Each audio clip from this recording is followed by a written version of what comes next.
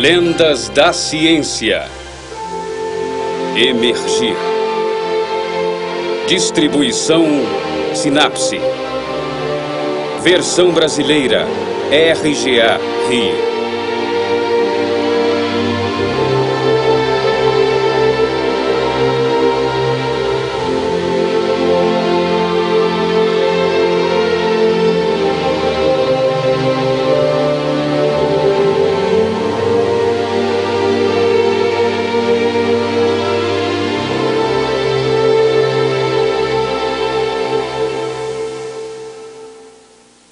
Quando e onde surgiu a ciência?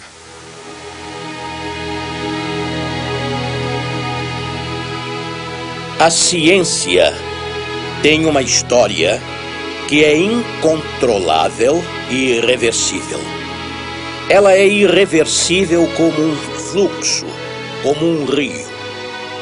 Costumamos olhar os rios como se fôssemos um satélite, ou como se os víssemos do alto de centenas de quilômetros.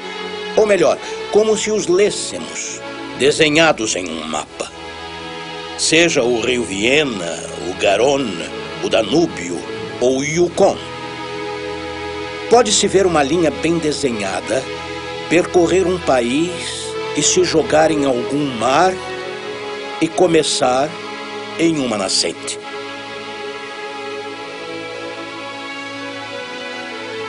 Esse é o ponto de vista de quem sobrevoa de muito alto. O ponto de vista do satélite, do desenhista ou do leitor do Atlas. Mas seria preciso descer dessas alturas e olhar o rio de perto, de muito perto.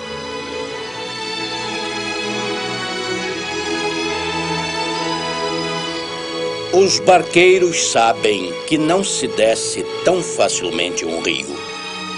Que em tal lugar há uma corrente que os leva mais rápido. Em outro, há uma contracorrente que os empurra em sentido contrário.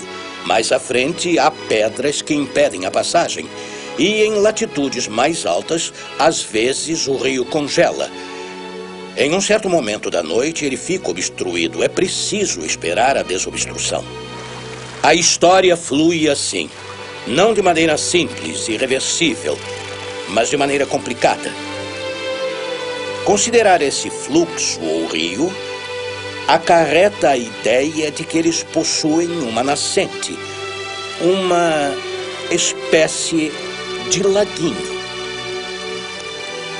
Nessa poça está a fonte do Danúbio ou do Sena. Mas é uma poça, uma bacia.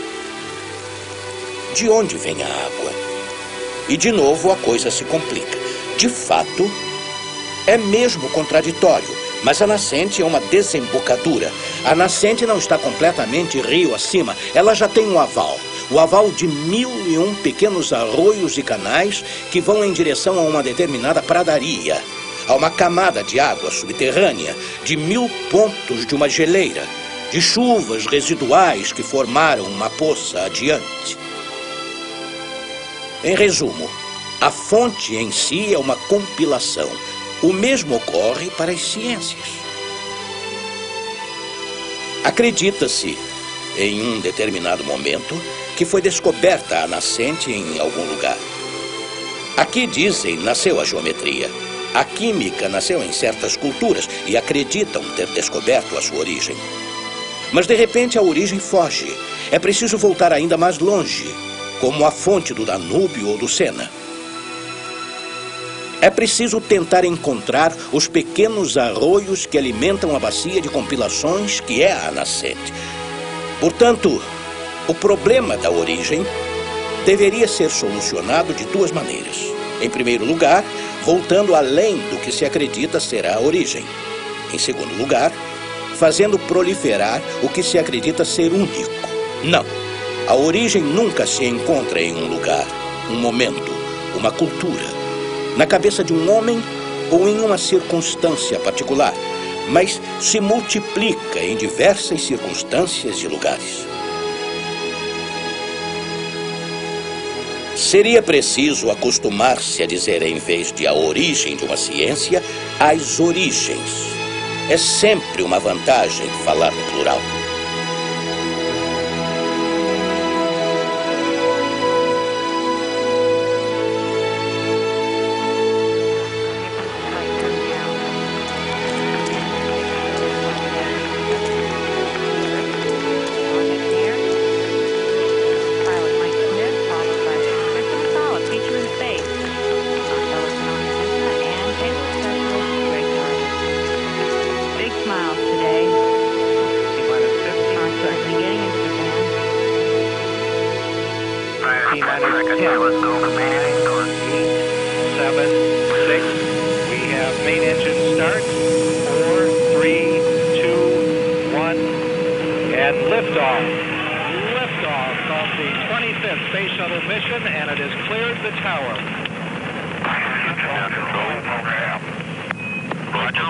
Challenger. Good roll program confirmed. Challenger now heading down range.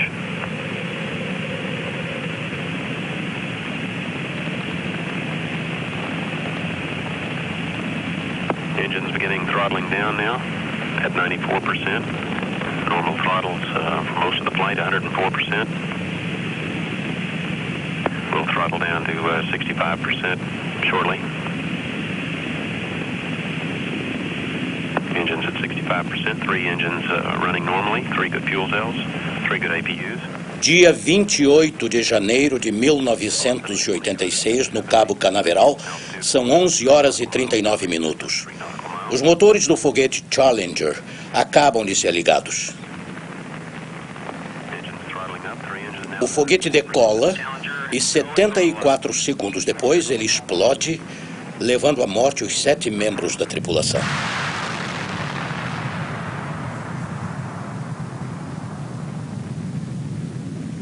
Essa viagem se termina com a morte.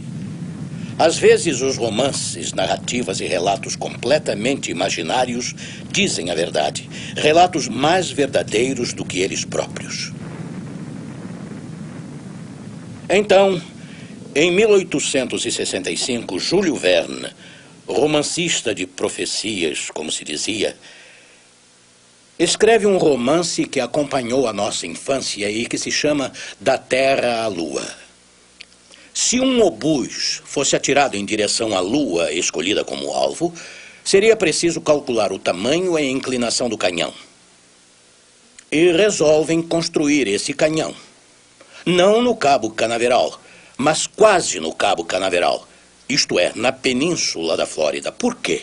Para beneficiar-se do movimento de rotação da Terra no lugar onde ela está mais perto do Equador, para aproveitar essa aceleração para que o obus possa se livrar da atração terrestre.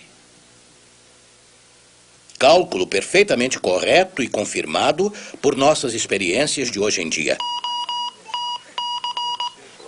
Um jornalista francês chamado Michel Ardan telegrafa e diz: esse obus tem de ser oco e eu entrarei nele. O tiro em direção à Lua se transforma no primeiro voo tripulado. É claro que os americanos, sentindo inveja dessa ideia, querem participar da viagem.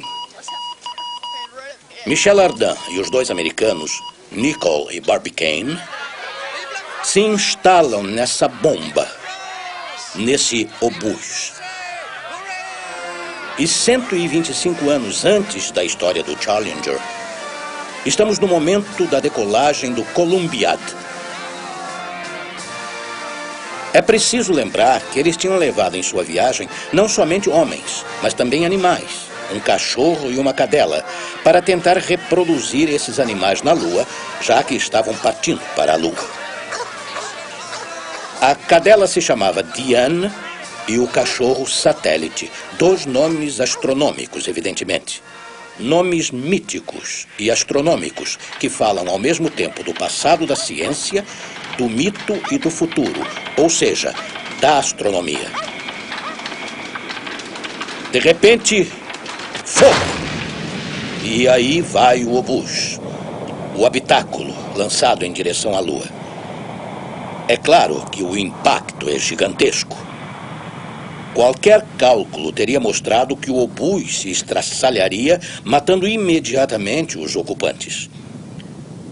Mas depois de algum tempo, Michel Ardan acorda, os 2 americanos acordam. Então veem que por causa do impacto, o cachorro morreu. Tenta-se acordá-lo, mas percebem perfeitamente que o impacto o matou definitivamente, se é que se pode dizer assim. O que fazer com um cadáver dentro da cabina? Desprezando todas as leis da física, desatarracham uma espécie de placa do piso da cabina, abrem e jogam o cadáver do lado de fora e fecham a cabina. É interessante, não? A primeira história que acontece com as primeiras pessoas que deixam a Terra é um enterro. Isto quer dizer que o primeiro acontecimento que ocorre, no instante em que tentamos simbolizar o progresso de forma admirável e da melhor maneira possível, o primeiro acontecimento é a morte. Este é um primeiro paralelo que pode ser traçado com a história do Challenger. E algumas horas mais tarde, levantando a cortina de uma janela, os ocupantes percebem, de repente, que entre eles e os planetas, entre eles e os objetos observados, há uma espécie de objeto completamente fixo com relação à cabina, que segue a cabina na mesma velocidade que ela e que provavelmente se transformou em seu satélite por causa das leis da mecânica. De repente, todo mundo percebe que é o cadáver do cachorro satélite que havia sido jogado pela abertura.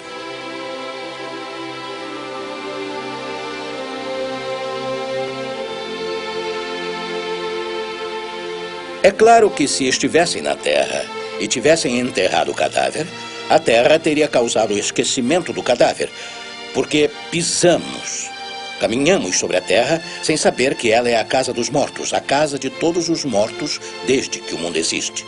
Quando apenas uma fina placa de metal separa os pés dos homens do vácuo transparente, o cadáver volta.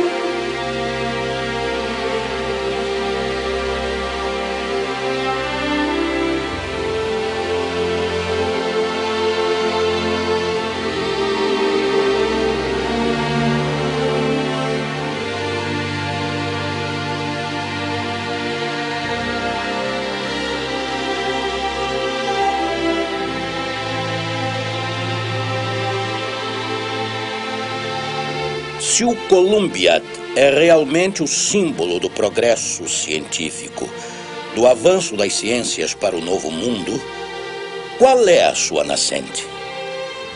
O fundo desse poço sombrio e escuro é o fundo do canhão. É daí que vem a viagem. É das profundezas da Terra que surge a viagem em direção ao céu. Além do mais, nas profundezas da Terra, há uma tumba, ou seja, a morte do cachorro. Esse cachorro agonizante acompanha o progresso o tempo todo.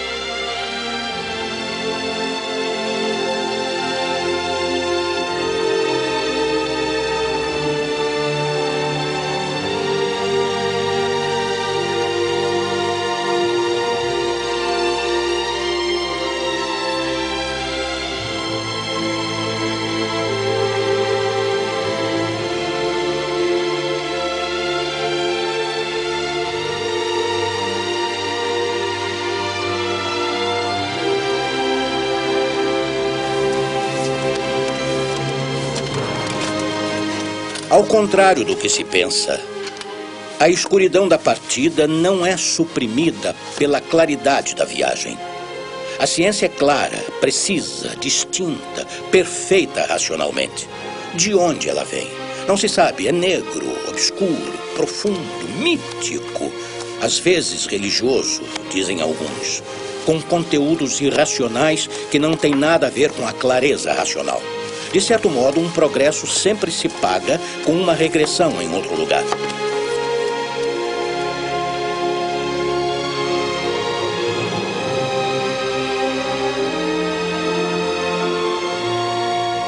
A explosão do foguete Challenger foi um acidente.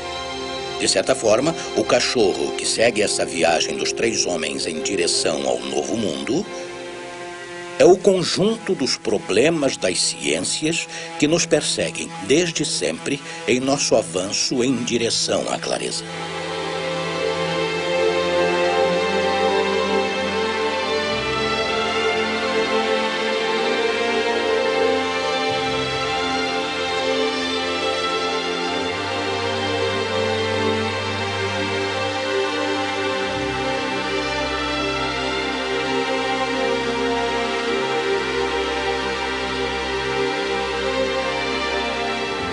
Procurar as origens da ciência só pode ser uma lenda.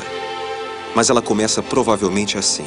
Grupos de homens que sabem que vão morrer um dia e a partir daí se organizam e inventam a melhor maneira de entender. Isso começou há alguns milhares de anos.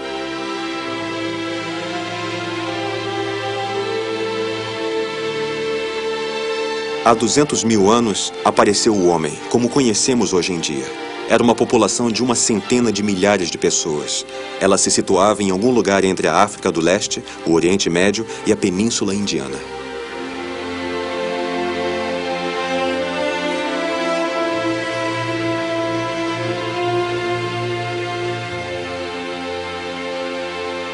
Há uma universalidade na espécie humana. Além do mais, a denominação homem é bastante adequada, já que ela vem de humus, que significa terra.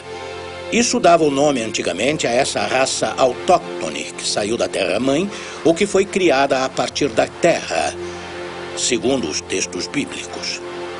Neste caso, também se trata de indicar uma espécie de universalidade. Só o saber não é universal. Não temos nem ao menos a sua definição.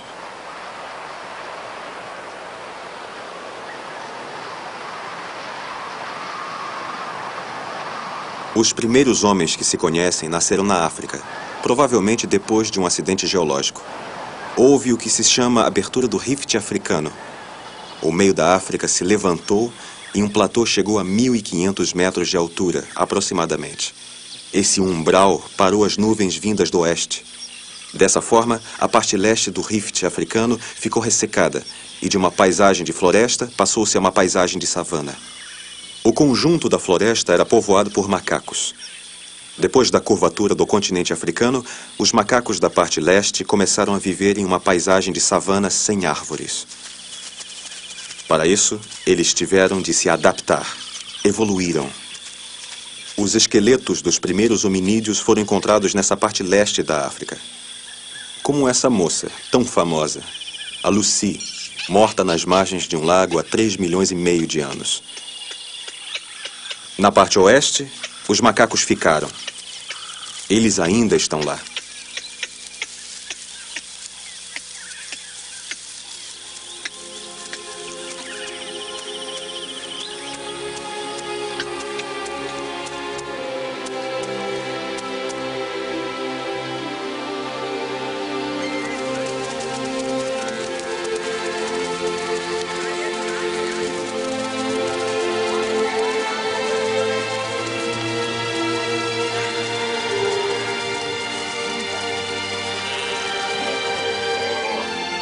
Pinturas encontradas nas cavernas de Tassili, mas também em outros continentes, as cavernas de Altamira, na Espanha, de Lascaux, na França, ou outras na Patagônia.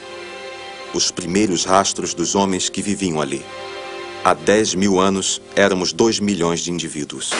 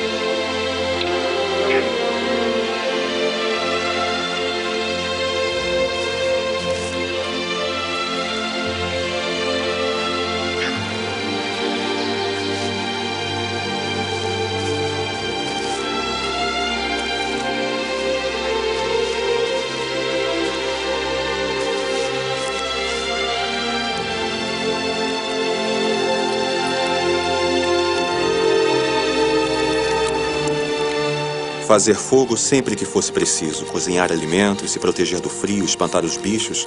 O homem não é mais um caçador como os animais selvagens. Ao controlar o fogo, ele entende o outro fogo, aquele igual ao seu, que ele acaba de inventar, o do raio, das florestas, dos vulcões. Com o fogo dominado, ainda não nasceu a ciência, mas sim a técnica.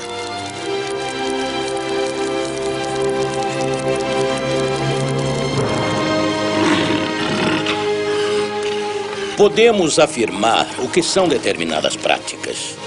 Podemos afirmar o que é esculpir uma ferramenta de dupla face com uma pedra. Sabe-se o que podia ser a agricultura em tempos longínquos. De fato, trata-se de práticas que resolvem o problema da fome, o problema da sede, da habitação e assim por diante.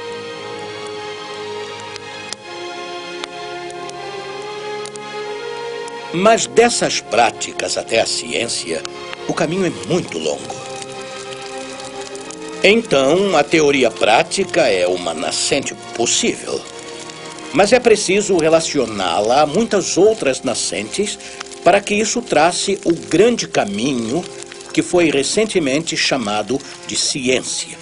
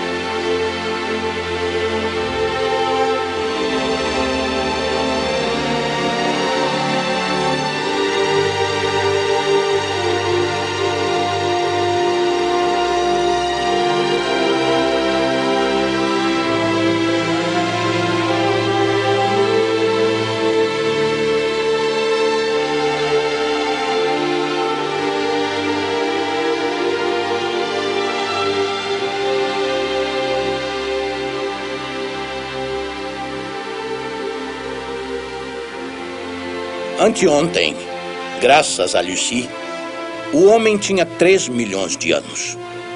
E ontem de manhã aparece em um canteiro um dente e um crânio de 4 milhões de anos e é preciso retificar a minha resposta. Portanto, do ponto de vista da origem, ainda nos atemos ao nível das buscas arqueológicas e este nível muda o tempo todo.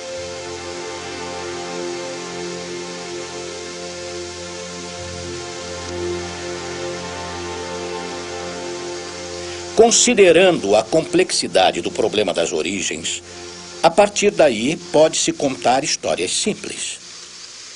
São histórias tão simples que pode-se pensar que são falsas ou cômicas. Por quê? Porque são histórias reconstruídas. Por exemplo, pode-se dizer que nas cavernas de Lascaux há cores. Essas cores devem provavelmente vir de uma técnica que permite extrair corantes. Seria a origem da química. Quem pode negar isso? A pré-história é um momento maravilhoso para os pré-historiadores. Pois o que é a história? Ela começa com a escrita. Mas antes da escrita, não se sabe nada. Portanto, pode-se construir todas as histórias imaginárias e falsas que quisermos. 9 entre 10 livros de ciência começam com esta frase. Se for um livro de astronomia, em todas as épocas o homem observou o céu.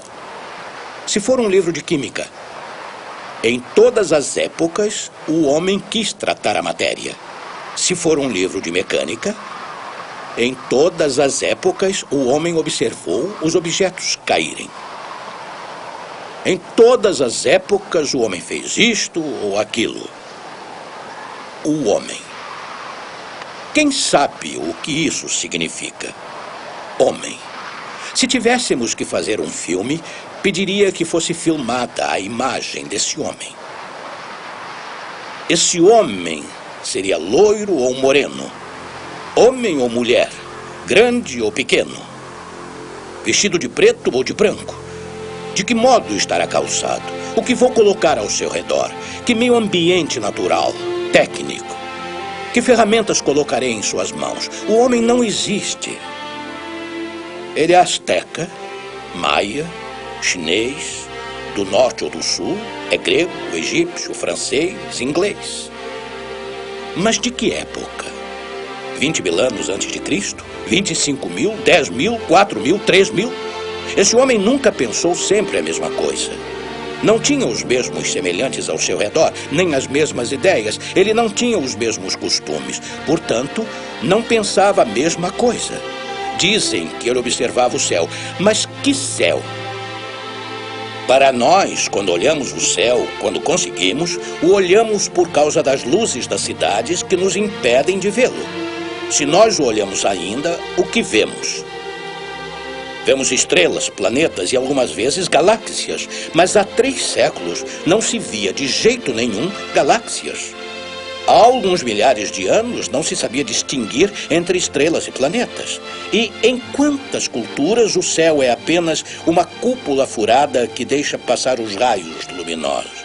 E em quantas culturas o céu é plano, redondo, de tal ou qual forma? Portanto, o céu não significa a mesma coisa para um egípcio, um grego e até para um ocidental, seja ele da Idade Média, do Renascimento, da época clássica ou de hoje. Não é o mesmo céu, nem o mesmo homem. Há uma história dos homens, há uma história do céu. Portanto, dizer que o homem de todas as épocas olhou o céu é completamente sem sentido.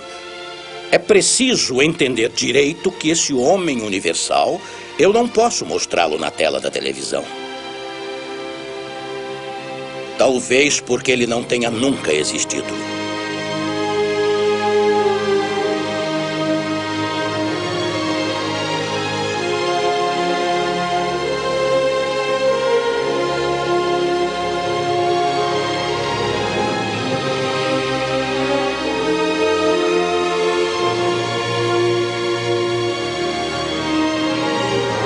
Noite após noite, desde o início dos tempos, o homem procurou referências no céu.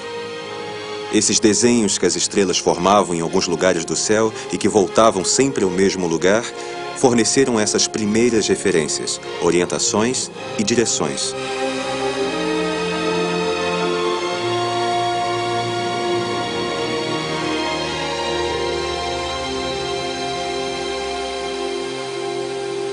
A navegação nasce com a humanidade. Não é mais um tronco cavado que segue a corrente de um rio, e sim a vela e o distanciamento das margens, que acarretam o domínio de uma técnica e o conhecimento do céu como ponto de referência.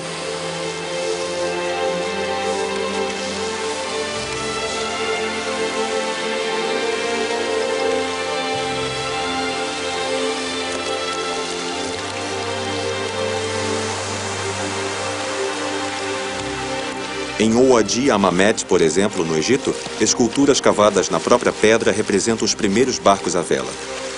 Também nesse caso a ciência nasceu com a navegação? Não. Mas a técnica, sim.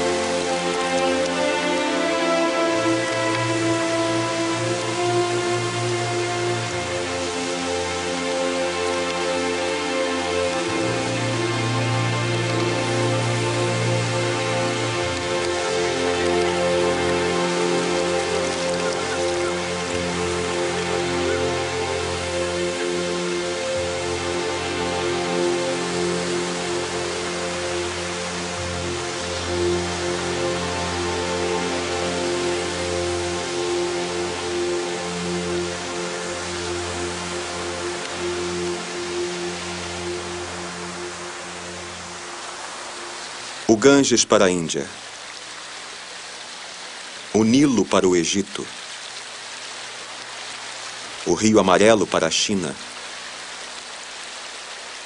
O Tigre e o Eufrates para a Mesopotâmia, berço dos 4 grandes centros onde a civilização vai nascer. Retrocedendo cada vez mais, descobrem-se as margens verdes que os guarnecem.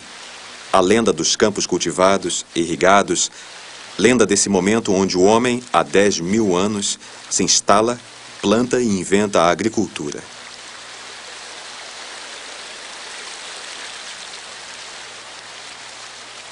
Ao dominar a água para navegar em troncos cavados ou para irrigar os solos, dominando o ar através da vela e o conhecimento do céu que permite que se distancie das margens, dominando a terra ao esculpir a pedra ou, quando através do fogo ele a modela ou faz terracota, o homem não para de percorrer montes e vales para a caça ou a colheita. O homem para as margens desses grandes rios, planta sementes e passa de nômade a sedentário. A invenção da roda é dessa época. A agricultura nasceu. Já é ciência? Não. Ainda é técnica.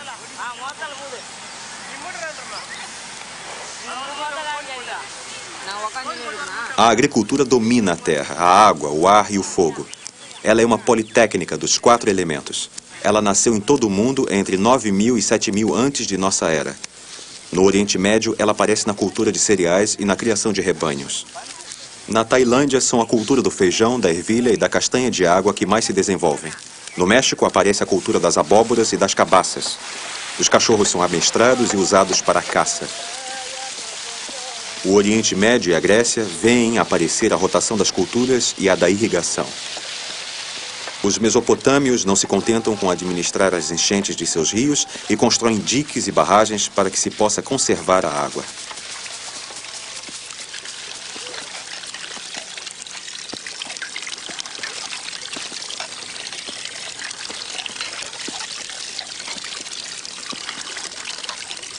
A China cultiva o arroz e o sorgo há 7.000 anos, antes de nossa era. Os habitantes da América, em 3.500 a.C., já cultivam o milho. A tecnologia agrícola começa com pedaços de pau para cavar a terra e enxadas primitivas.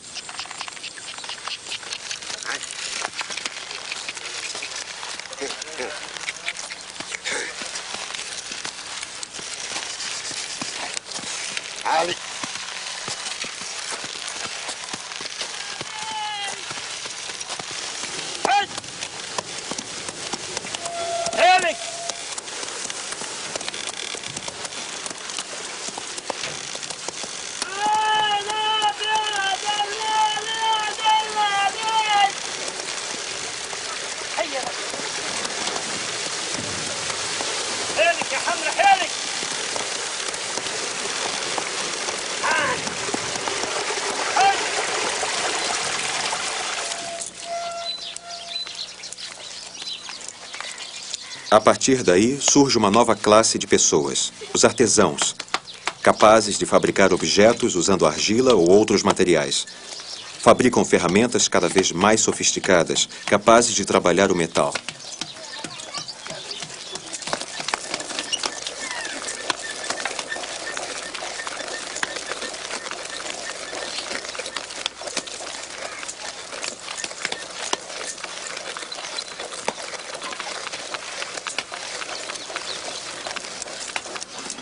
Esses artesãos, que não são camponeses nem caçadores, constituem o ponto de partida da existência das cidades. A sociedade se torna mais complexa.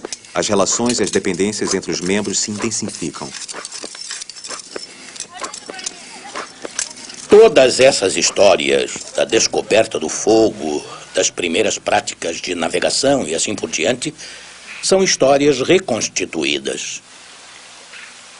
Mas do ponto de vista da ciência ou da história das ciências, eu gostaria de chamá-las legendas. Mas essa palavra tem 2 sentidos. Em primeiro lugar, o sentido da história, ao qual não se deve dar muita importância. Em segundo lugar, o que há debaixo dos mapas, indicando como devem ser lidos. Acho que deve ser dado a essas histórias o primeiro sentido. Um sentido, sem dúvida, muito interessante, mas provavelmente e completamente reconstruído. É como não se deve ler.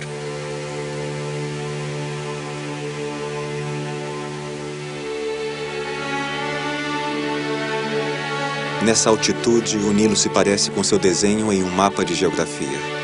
A legenda é idêntica ao que ela conta.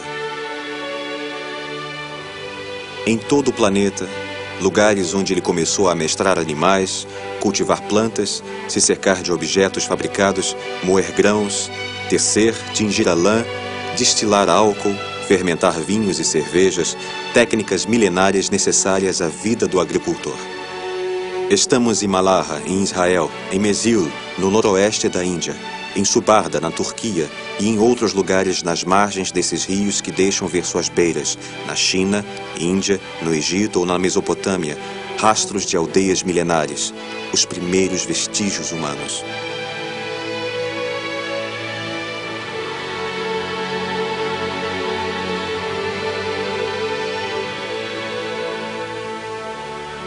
Estamos em 3.500 a.C. Somos 20 milhões de seres humanos.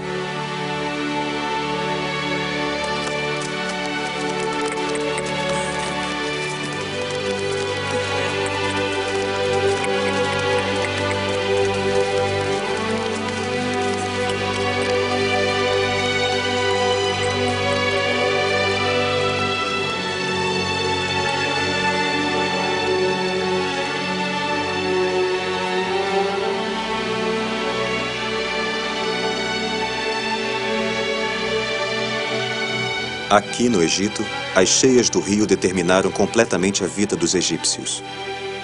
Usar o limo depositado pelas enchentes quando a água transborda nas terras e retê-la construindo canais de irrigação e prever esse acontecimento. Essas cheias voltavam a cada 365 dias no momento em que uma estrela, Sírius, aparecia e desaparecia ao amanhecer.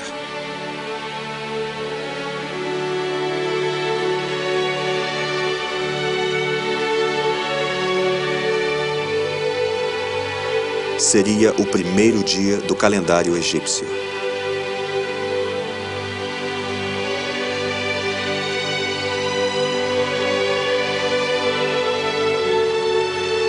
A associação entre as técnicas agrícolas e a observação do céu constitui uma ciência aplicada.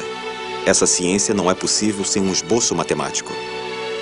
E esse esboço dependia da invenção da escrita.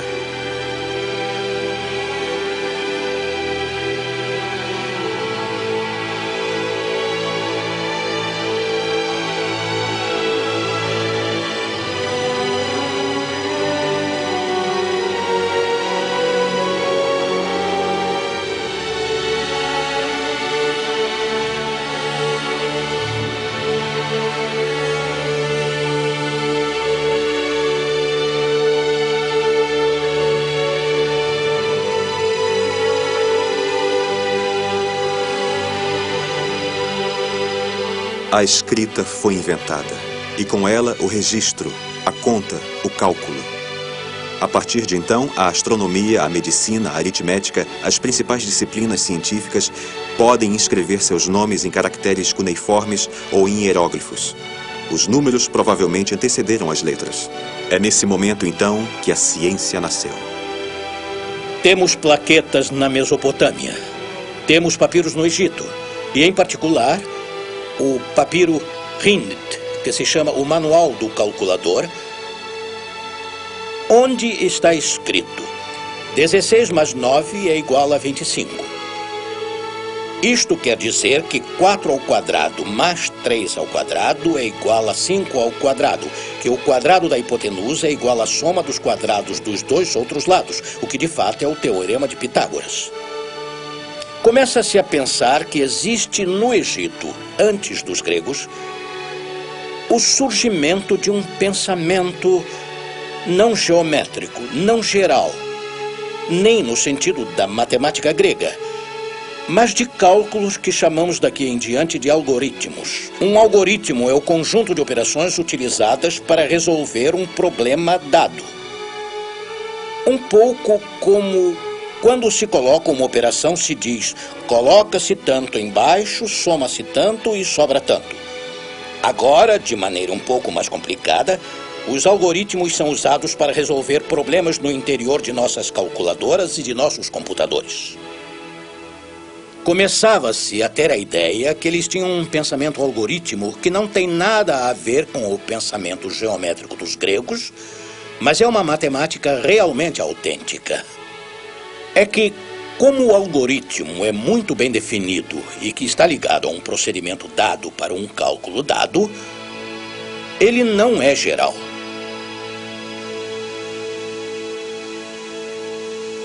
E por não ser geral, não era considerado científico.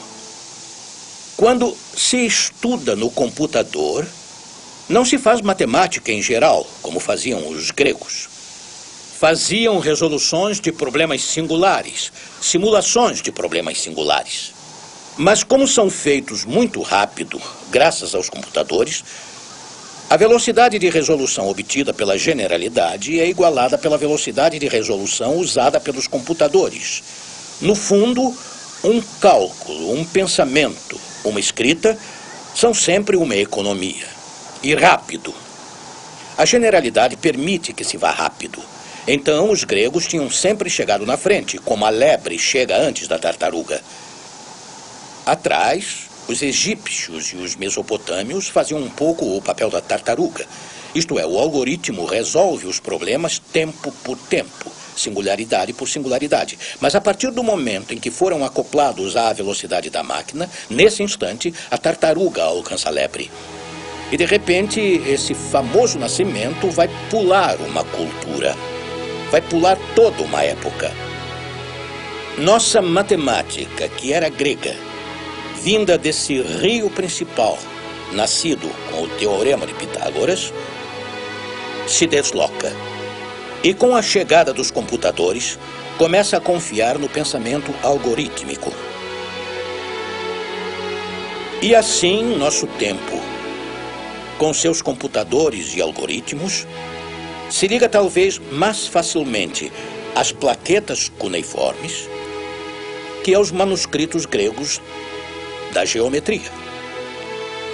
É verdade que o paralelo entre o pensamento que se desenvolve hoje e esses primeiros estados do algoritmo na Mesopotâmia, o curto-circuito é tão fácil de fazer que o curto-circuito entre a matemática que nós usamos e a dos gregos.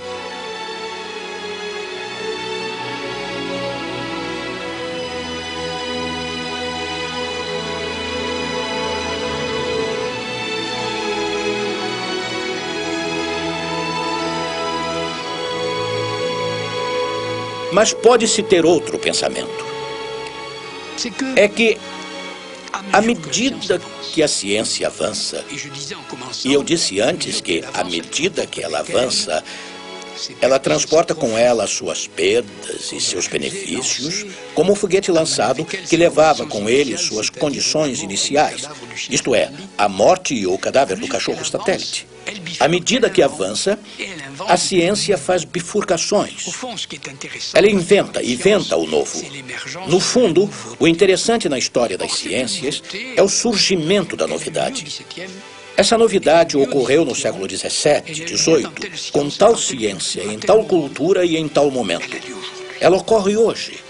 Na medida em que um cientista inventa, e inventa realmente algo novo, ele faz emergir uma ideia, um teorema, uma experiência, uma teoria.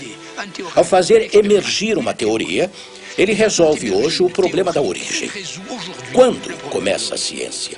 Hoje.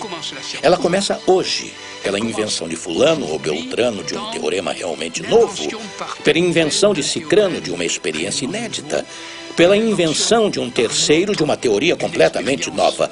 E o exemplo do algoritmo que eu acabo de dar nos permite pensar que a partir do momento em que uma teoria ganha importância, ela pode encontrar, em uma antiguidade às vezes esquecida, um momento de origem onde possa se agarrar. E, de repente, a história faz uma bifurcação. Não hoje, mas faz a bifurcação com o presente, a totalidade da história das ciências. Como se uma invenção de hoje levasse com ela novamente todo o fluxo. E isso não acontece nunca nos rios. Isso acontece com frequência na história das ciências. 8, 7, 6, We have main engine start. 4, 3, 2, 1, and liftoff. Liftoff of the 25th Space Shuttle mission, and it is